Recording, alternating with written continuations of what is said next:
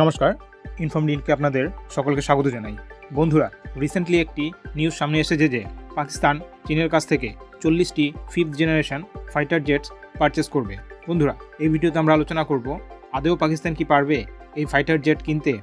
এই ডিল পাকিস্তানের জন্য কতটা চ্যালেঞ্জের বিষয় হতে পারে, তাছাড়া ভারতের জন্য এটি কতটা চিন্তার বিষয়ও হতে পারে, বিস্তারিত আলোচনা করব, সঙ্গে থাকুন। বন্ধুরা, পাকিস্তান তার পুরনো fighter jets US made F-16 এবং মিরাজ ফাইটার্স রিপ্লেস করতে চাইছে, যার জন্য পাকিস্তান চীনের most advanced J-35A 5th generation multi role fighter jet purchase করতে চাইছে। এই J-35 একটি twin engine single seater fighter jet. বর্তমানে পাকিস্তানে তীব্র অর্থনৈতিক সংকট চলছে। পাকিস্তান যা IMF এবং ওয়ার্ল্ড ব্যাংকের বেইল আউট প্যাকেজের উপর অনেক বেশি নির্ভরশীল, তা সত্ত্বেও এত বড় চুক্তি পাকিস্তান কিভাবে চীনের এই অর্থ পরিশোধ করবে তা স্পষ্ট নয়।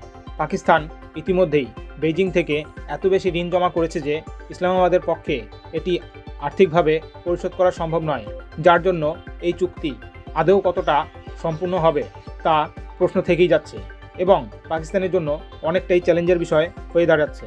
পাকিস্তানের এই ডিল যদি সম্পূর্ণ হয় তাহলে ভারতের জন্য কিছুটা হলেও চিন্তার বিষয় হতে পারে, কারণ চীনের এই J-35A একটি 5th জেনারেশন ফাইটার জেট। অন্যদিকে বর্তমানে ভারতের কোনো 5th জেনারেশন ফাইটার জেট নেই। ভারতের সবচেয়ে latest Rafale fighter jet 4.5th generation একটি ফাইটার জেট। তবে রাফাল অত্যন্ত অত্যাধুনিক প্রযুক্তি এবং ক্ষমতা সম্পন্ন, যা অনেক ক্ষেত্রে পঞ্চম প্রজন্মের বিমানের কাছাকাছি।